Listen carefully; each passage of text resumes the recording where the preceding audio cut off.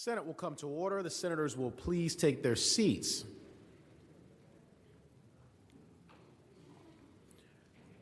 The senators and all in attendance will please stand and be led in prayer by the Honorable Mamie E. Locke, 2nd Senatorial District. Please remain standing and be led in the Pledge of Allegiance to the flag of the United States of America by Clerk of the Senate Susan Clark Sharp.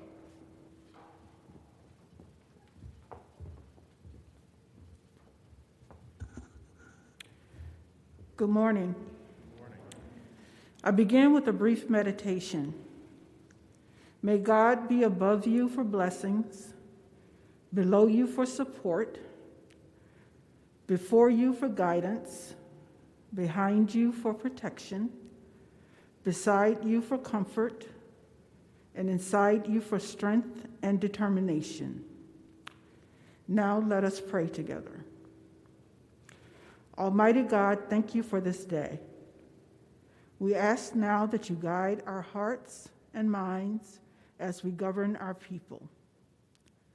We ask that you grant us the wisdom to govern wisely, the empathy to govern compassionately, and the integrity to govern justly.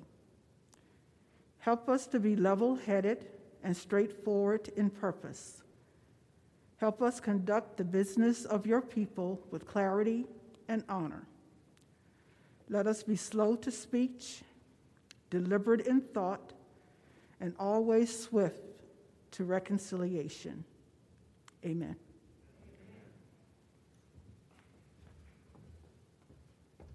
I pledge allegiance to the flag of the United States of America and to the republic for which it stands, one nation, under God, indivisible, with liberty and justice for all.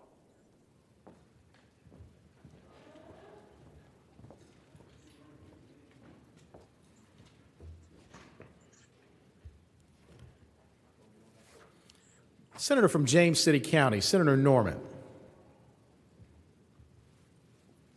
Thank you, Mr. President. I would respectfully move that we suspend the rules of the Senate consistent with the motion that we passed yesterday dealing with electronic and remote voting, sir. Thank the senator. The question is, shall the rules be suspended? All in favor of suspending the rules will record their vote aye. Those opposed, no. Are the senators ready to vote? Have all the senators voted? Do any senators desire to change their vote? Senator from Alexandria, Senator Eben. Okay. All set. Do any senators desire to change their vote? The clerk will close the roll. Ayes 37, noes 0. Ayes 37, noes 0. The rules are suspended. The clerk will call the roll. All those present will please record their vote aye.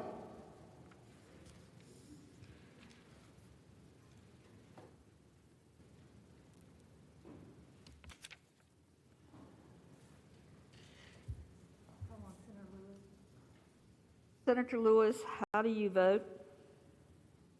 Senator Lewis votes aye. Thank you. Clerk will close the roll. You have a quorum, Mr. President. Thank you, Madam Clerk. Senator from Roanoke City, Senator Edwards, moves that the reading of the journal be waived. All in favor of waiving the reading of the journal will record their vote aye. Those opposed, no. Are the senators ready to vote? Have all the senators voted? Do any senators desire to change their vote?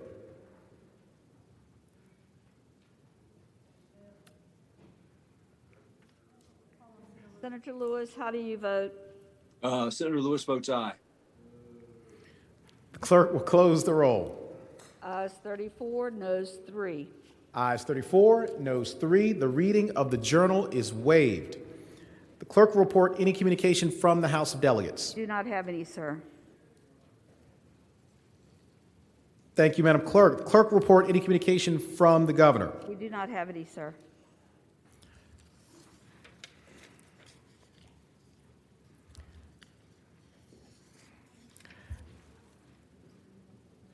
Resolutions, petitions, and bills are now in order.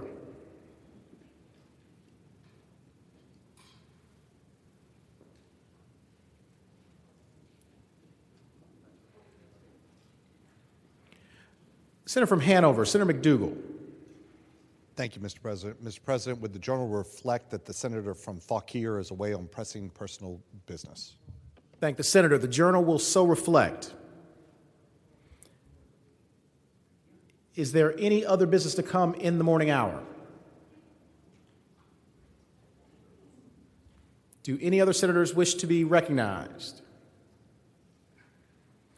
Seeing none, the clerk will call the calendar. Senate calendar for Thursday, January 14th, 2021. Memorial resolutions.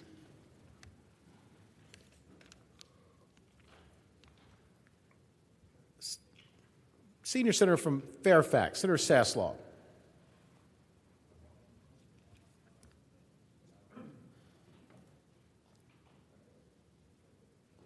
Mr. President, I move that the memorial resolutions on pages 1 and 2, that's SJ 273 and SR 88, be considered in a block in the usual manner, waiving the reading of the resolution thereof with the understanding that any senator desiring to remove a resolution from the block will do so after the clerk has read the number of the resolution, the title. Thank the senator.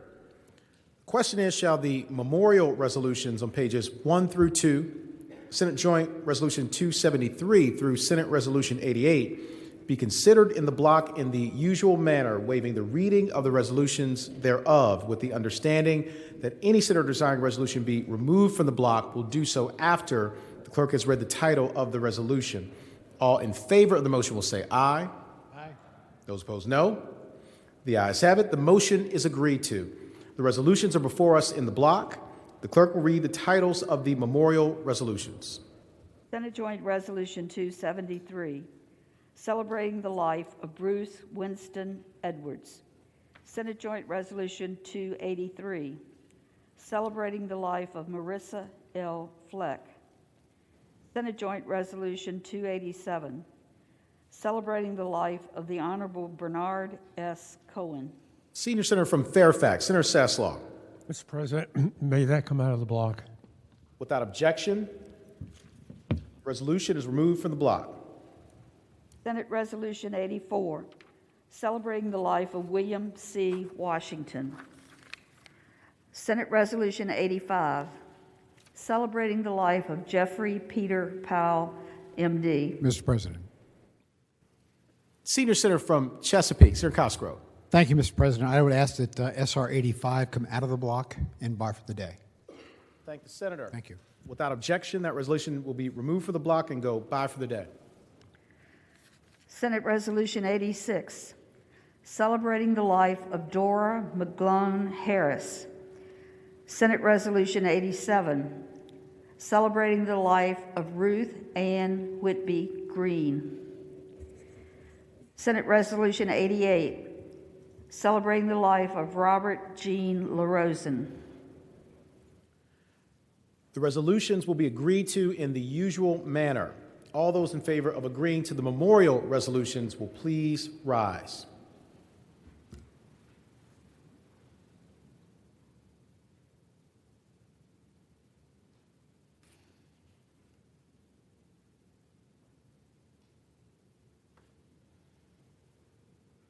The resolutions are agreed to.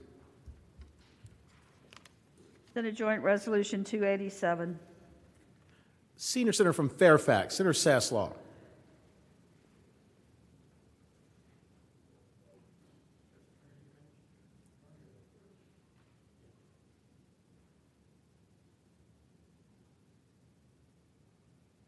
Mr. President, members of the Senate, this memorial resolution 287 is for celebrating the life of Bernie Cohen.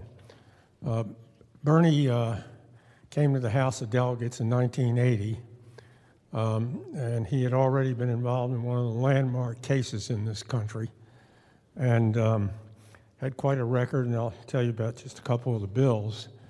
but he was the son of immigrants from Europe, grew up in New York. I think he went to the City College of New York, and then he went to, I think, Georgetown Law School.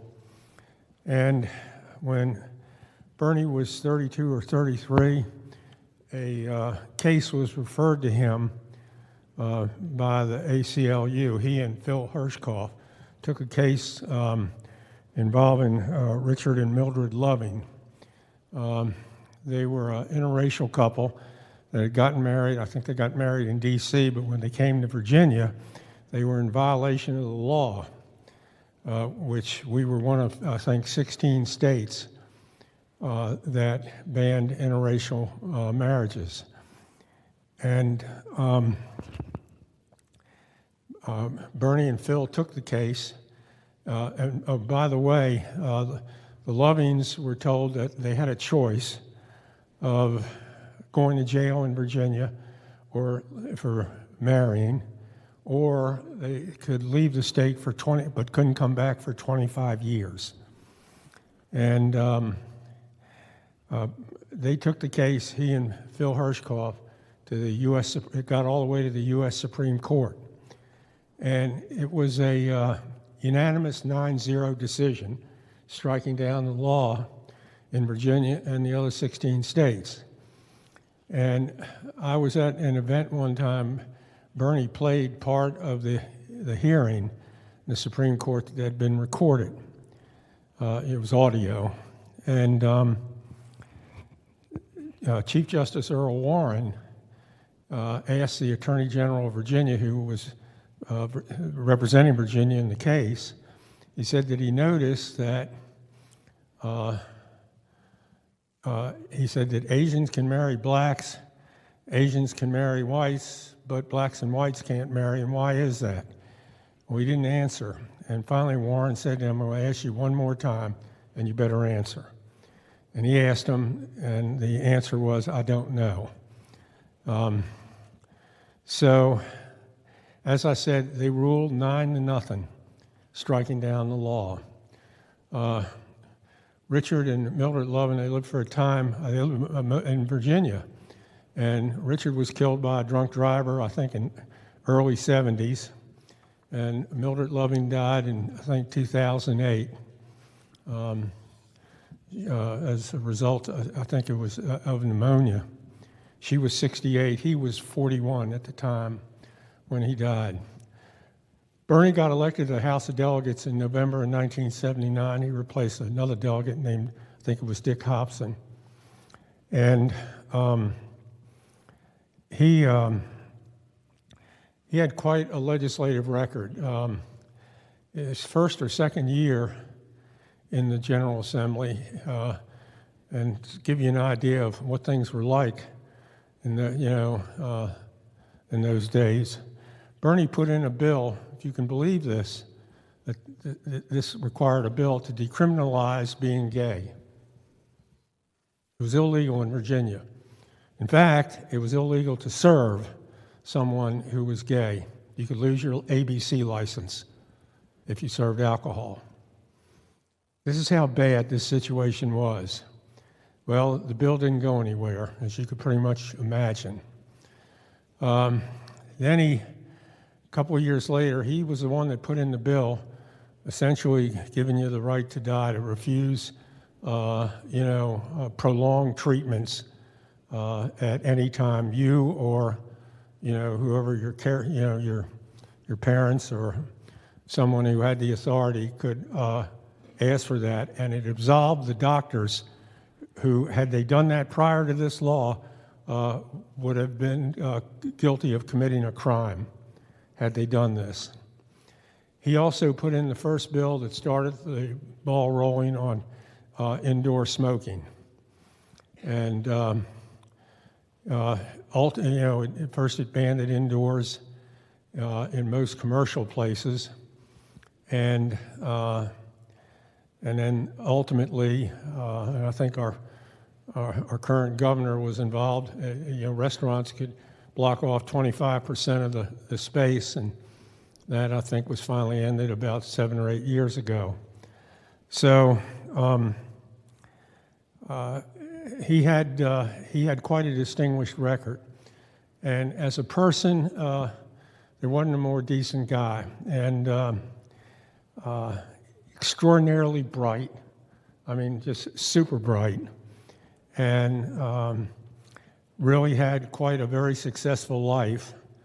I understand he was the victim this year of Parkinson's, I think it was Parkinson's disease. So anyway, that's why I put the resolution in. Those of you who haven't signed on, the clerk's office has the receipt if you want to be a co-sponsor of this. But he was quite an individual, and we need more people like him. Again, thank you, Mr. President, and thank you all for listening. And with that, I would move the resolution unless there's anyone else speaking. Thank the senator. Do any other senators wish to be heard on the resolution? Seeing none, the resolution will be agreed to in the usual manner. All those in favor of agreeing to the memorial resolution will please rise.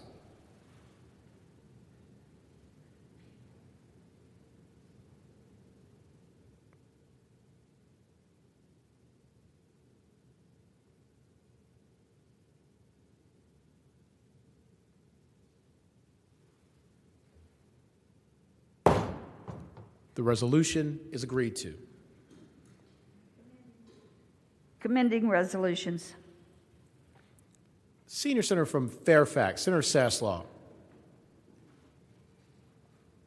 Mr. President, I move that the commending resolutions on pages 2 through 3, SJ 277 through SR 89, be considered in a block by voice vote, waiving the reading of the resolution with the understanding that any senator desiring to move a resolution from the block, please do so after the clerk has read the number of the resolution. Thank the senator. The question is, shall the commending resolutions on pages 2 through 3, Senate Joint Resolution 277 through Senate Resolution 89, be considered in the block by voice vote, waiving the reading of the resolutions with the understanding that any senator desiring a resolution be removed from the block will do so after the clerk has read the number of the resolution. All in favor of the motion will say aye. Those opposed, no. The ayes have it. The motion is agreed to. The resolutions are before us in the block. The clerk will read the numbers of the resolutions. Senate Joint Resolutions 277, 278, 279, 280, 281, 282, Senate Resolution 89. Question is, shall the resolutions be agreed to? All in favor of agreeing to the resolutions will say aye. Those opposed, no. The ayes have it. The resolutions are agreed to.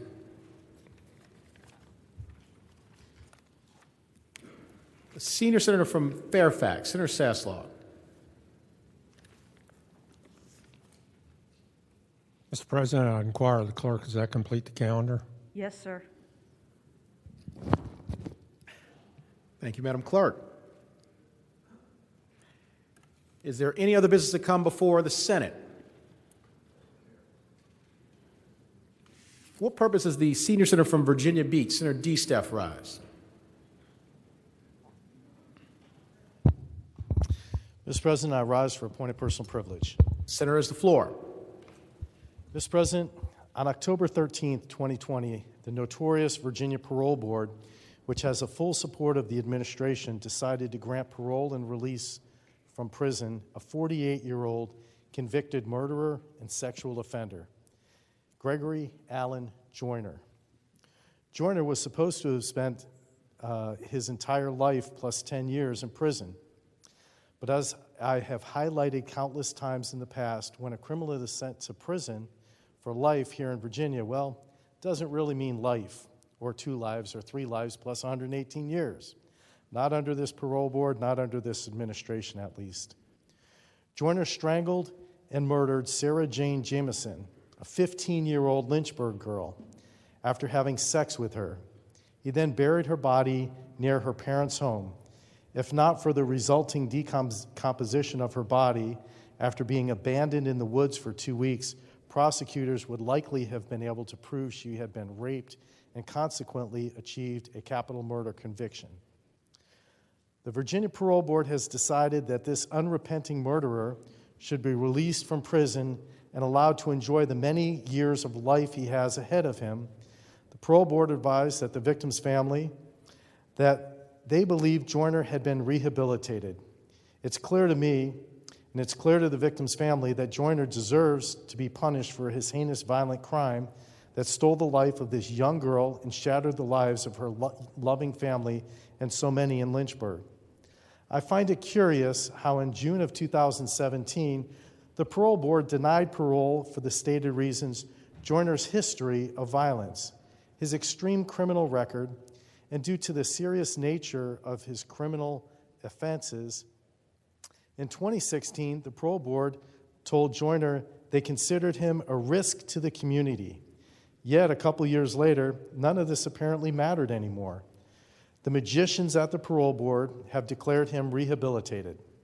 I can't help but wonder that the Department of Corrections did in the last 3 years of incarceration to transform Joyner from a threat to the community to a rehabilitated man that can safely be released in Lynchburg community and back into the society in Lynchburg. The answer, nothing. Joyner hasn't even expressed any remorse for his crime. Thank you, Mr. President. For what purpose does the senator from Fairfax City, Senator Peterson, rise? Mr. President, I rise for an announcement. Senator has the floor.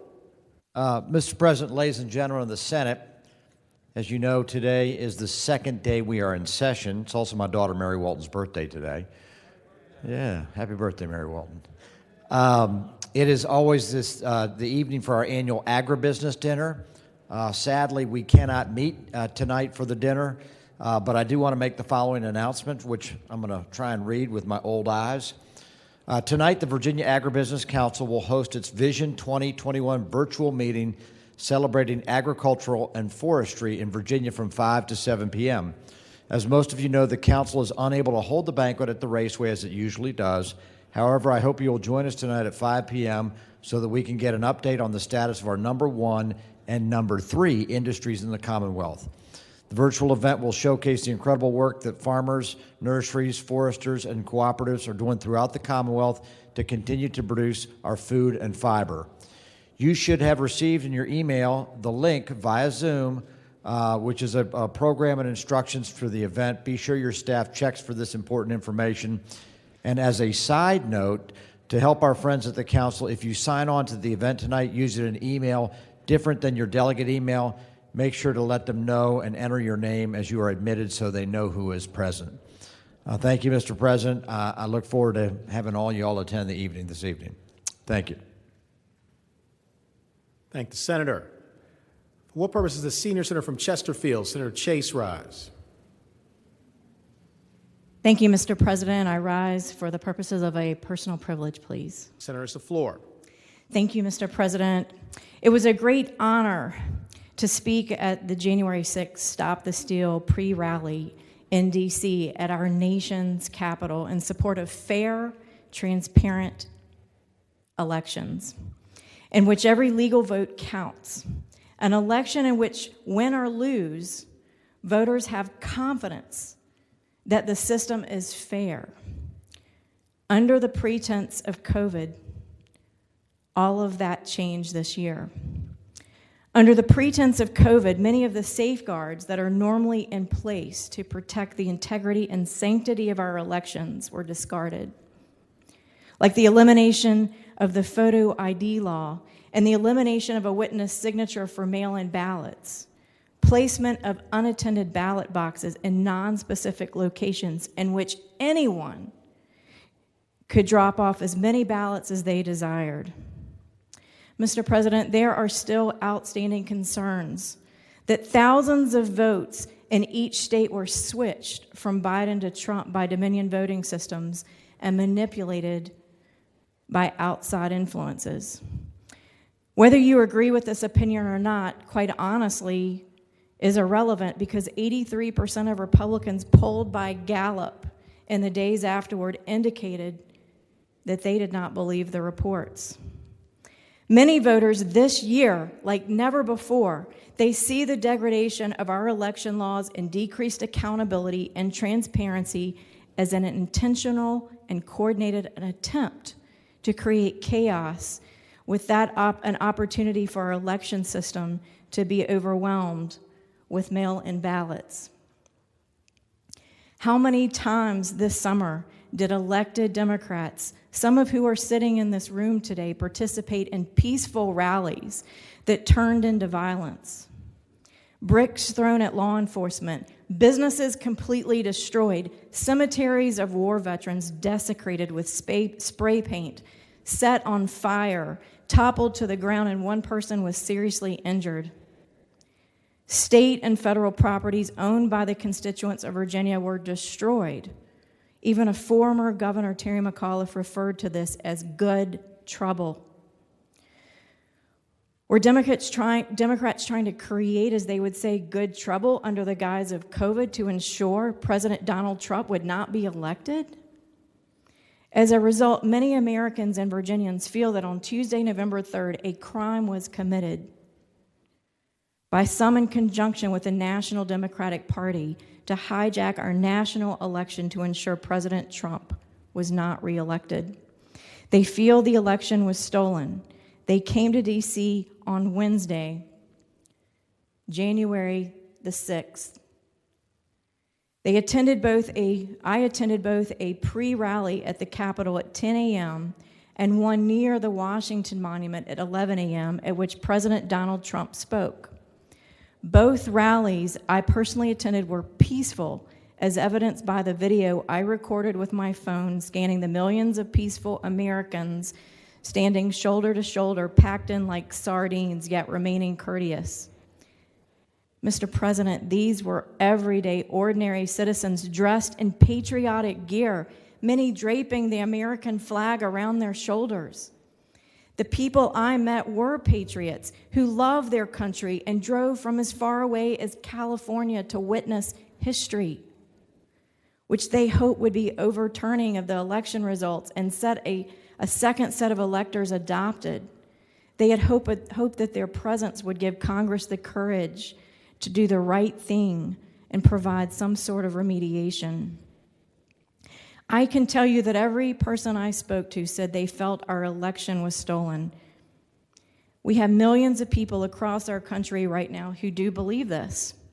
They are frustrated because the governmental systems they were supposed to trust failed them, including the judicial system.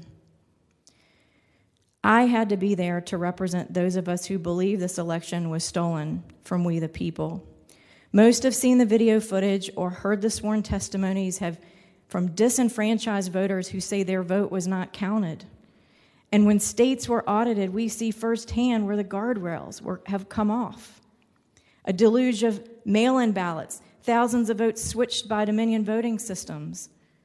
Mr. President, to many who see this, they say this was not a fair, free election, not believing that what they believe are lies, deception, and complete stealing of this year's 2020 presidential election. And with all due respect, in Virginia, I blame the Democrat-led General Assembly for passing some of the most egregious changes to election laws here in Virginia. Election laws in Virginia's history, eliminating voter identification laws, eliminating witness signatures, and flagrantly allowing anyone to put ballots in unattended ballot boxes. First of all, I will not be lectured about civility by the same politicians who remained silent while our cities and communities were burned and destroyed by domestic terrorist groups, Antifa and BLM. I will not be lectured about accepting election results by the same politicians who just 4 years ago not only refused to accept election results, but orchestrated an all-out attack on the delegitimization of President Trump's election. They tried impeachment trials, bogus Russian collusion scandals, and coordinating nationwide election fraud to steal an election using COVID as an excuse to deny individuals of basic constitutional rights. If it weren't for double standards, Mr. President, some politicians would have none at all. But more importantly, I want you to say a name. Ashley Babbitt. Say her name. An unarmed veteran who was shot by Capitol Police. The woman fatally shot inside the U.S. Capitol Wednesday has been identified as Ashley Babbitt. Babbitt was a 14-year veteran who served 4 tours with the Air Force and resided in San Diego, according to media reports. Babbitt was a strong supporter of President Trump, according to her husband.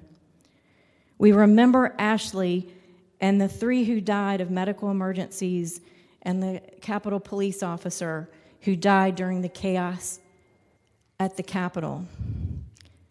These were not rioters and looters. These were patriots who love their country and do not want to see our great republic turn into a socialist country. I was there with the people, I know. Don't believe the fake media narrative. Millions of people did not show up at the Stop the Steal rally to riot. We are not BLM. The media wants to discredit us and discredit the president, but I was there, and I'm going to tell the truth because I saw it. The people of America had no one to fight for them until Trump. The people of Virginia had no one to fight for us until me. And like the president, I tell the truth, and I don't surrender. Virginia has suffered under career politicians. They betrayed us and turned our once prosperous Commonwealth into a cesspool of poverty, racism, corruption, and heavy-handed government control. President Trump gave Americans their country back, and it's time for Virginians to be Americans again.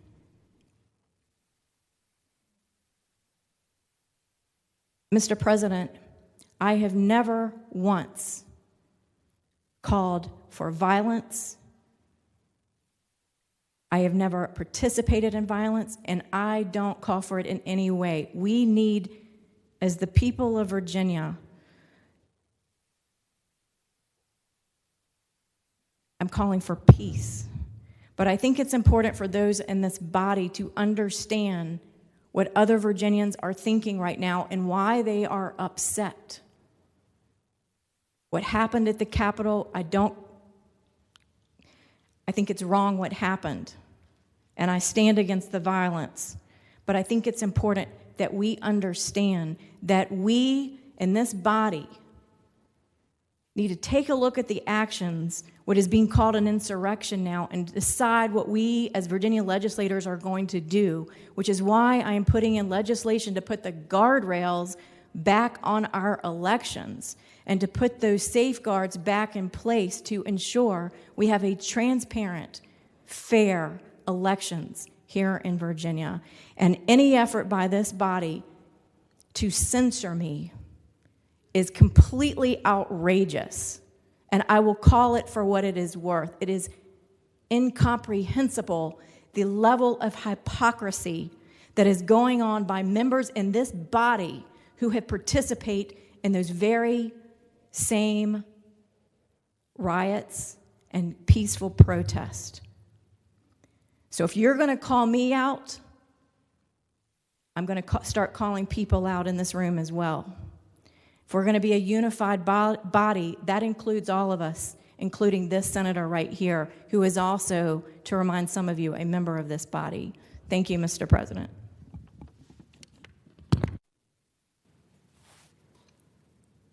For what purpose is the senator from Alexandria, Senator Eben, rise? For a brief point of personal privilege. Senator, it's the floor. I just wanted to make 3 brief points today. One is that repeating lies and conspiracy theories does not make them true. Secondly, the reason some voters' confidence has been impacted is because some so-called leaders spew misinformation, fake news, and lies. Leadership requires truth. And finally, I'd just like to underscore that in 2016, Democrats graciously and quickly accepted our loss of the Electoral College, even when our nominee won the popular vote. It is time for all Americans to accept Joe Biden's resounding victory in both the national popular vote and the Electoral College. Thank you, Mr. President. Thank the senator. For what purpose is the senator from James City County, Senator Norman, rise? Mr. President, I rise for a point of personal privilege. It may not be quite as abbreviated as the one that we just heard. Senator has the floor.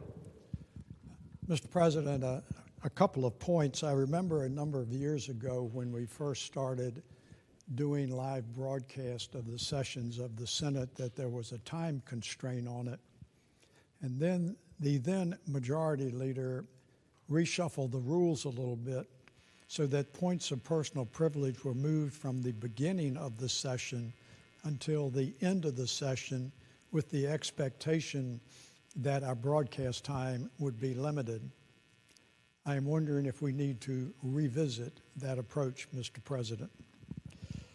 The second point I would make is yesterday I made reference to my mentor, former Senator Hunter B. Andrews, and a lot of things were interesting about Senator Andrews, not the least of which was his acerbic tongue.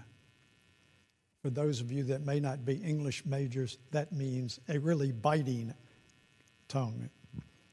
But one of the things that Senator Andrews was insistent of was the protection of the decorum of the institution of the Senate. And I say that as I know he is looking down or looking up at us, as the case may be, that he would look upon what is taking place with great disfavor. The concept of personal privileges in the Senate of Virginia is customarily used to address those issues that are impactful to the Commonwealth of Virginia. And a point of personal privilege is not to be prostituted for an individual of personal political promotion that has previously been broadcast on social media to encourage people to watch. Many of you who know me well, and those of you who don't know me so well, partisan politics aside, I'm not a good person to throw the hatchet down in the ground in front of me. And I suggest to you, when we talk about lectures, I really don't want a lecture about what's going on national politics. I am more concerned about what we're going to do here the next 27 or 28 days. And I think if we are going to invite and antagonize a continued discussion on national political issues, that we are going to end up detracting from that which our citizens have sent us here to do. So, Mr. President, I would just respectfully say that while I abhor history being revised, that I am hopeful that we will focus on Virginia issues, that there will be some personal discipline and constraint to try to refrain from advertising our candidacy and our campaigns on the floor of the Senate.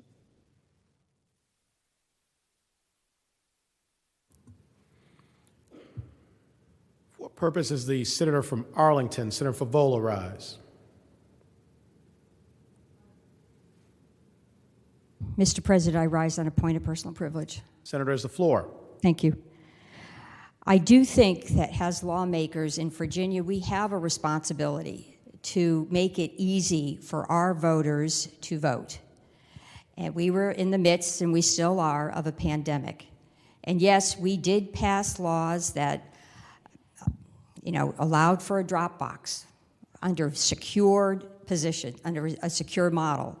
We allowed localities to come up with hours of voting 45 days before the election. They could establish those days and hours and orchestrate that election in a transparent and legal manner.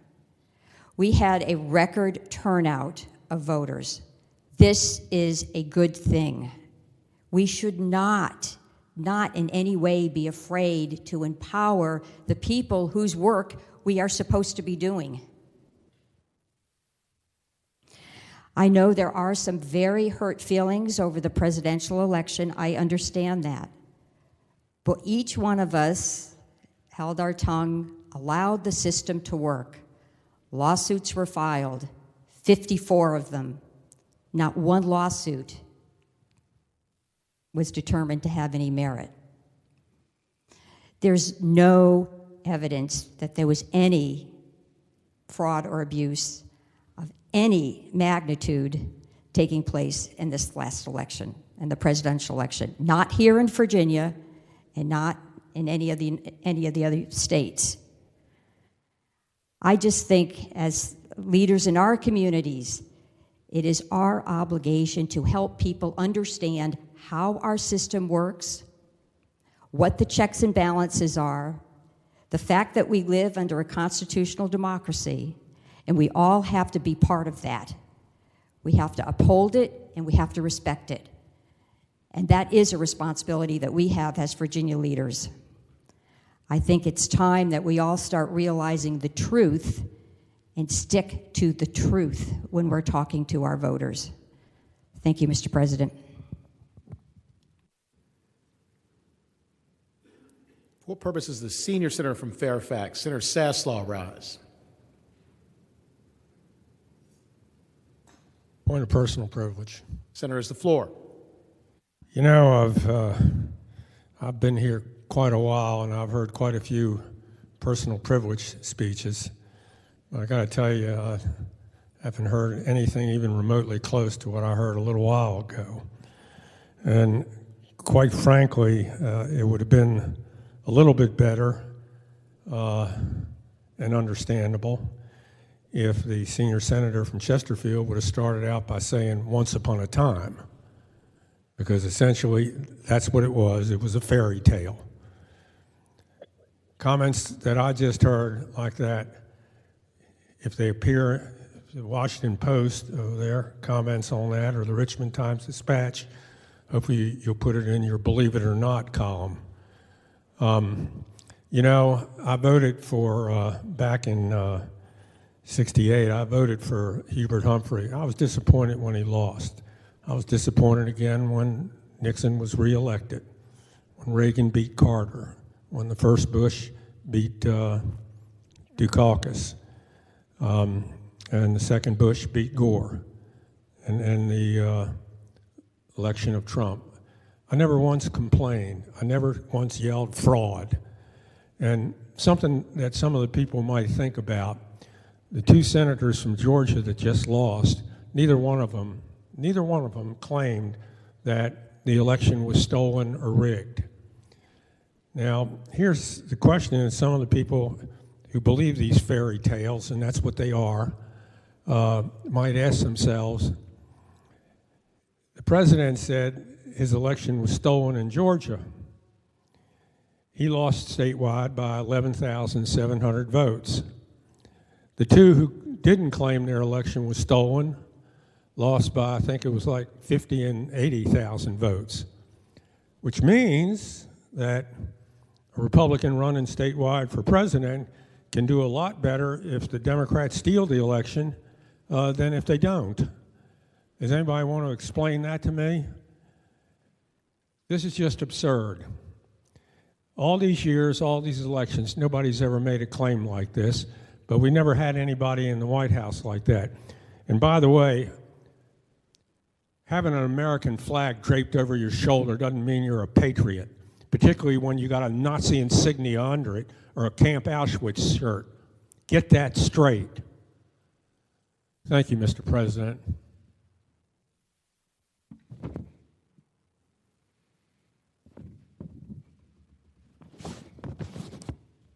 Do any other senators wish to be recognized? Is there any other business to come before the Senate? Seeing none, the clerk will report any announcements on the desk. Today, Thursday, January 14th, the Committee on Transportation will not meet, but they would like to gather at the chair's desk for about 10 seconds to discuss the agenda for the committee. It's transportation at the chair's desk immediately upon adjournment, not for a meeting, but just for a brief discussion. The Committee on Privileges and Elections will meet immediately upon adjournment in the East Committee Room at the Science Museum.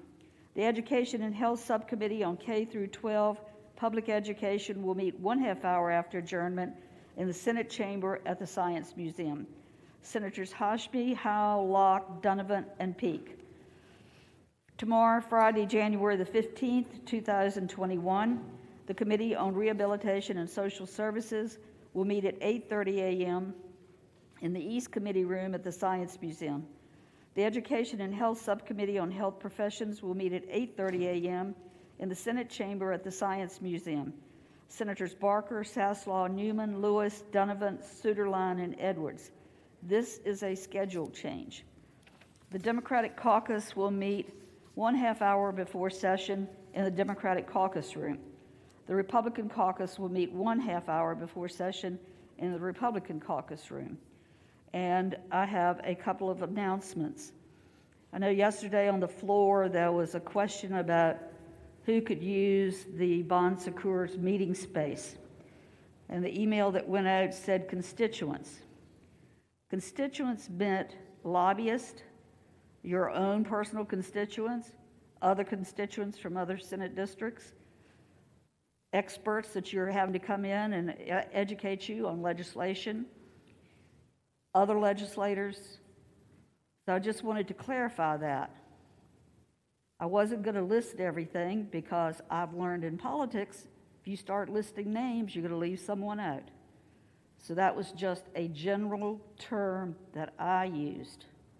The rooms are open to all members of the Senate and to the members of the House who are sharing that space with us.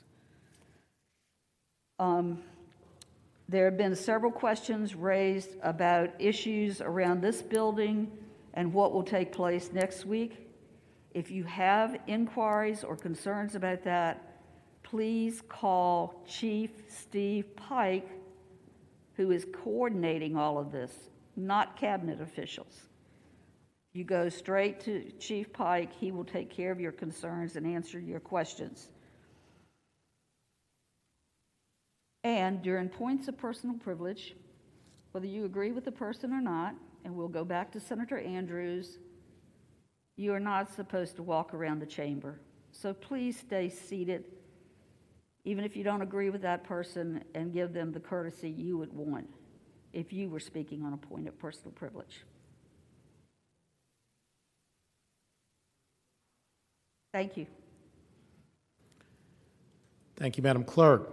For what purpose does the junior senator from Richmond City, Senator Morrissey, rise? Thank you, Mr. President. Mr. President, yesterday there was a mention about reserving the rooms at the Bon Secours facility. I would ask Madam Clerk, through the President, do we still have to reserve a room, or is it a first-come, first-served basis, and how many rooms are over there for us?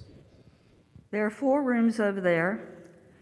We have 2 receptionists who will be scheduling the rooms. A legislator or a legislative assistant can reserve the rooms. The public cannot reserve the room. I'm sorry, what was your second part of your question? You've answered it, Madam Clerk. I asked if we had to reserve them ahead of time. And You do have to reserve it. It's not just walk in. Mr. President, I thank Madam Clerk. Thank the Senator. Do any other senators wish to be recognized? Is there any other business to come before the Senate? Seeing none, I call on the senator from Portsmouth, Senator Lucas.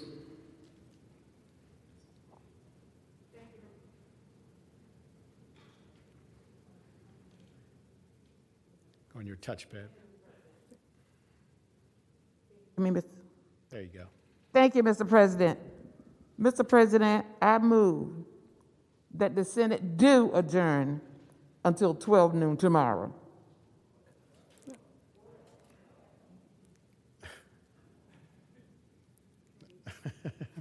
Yeah.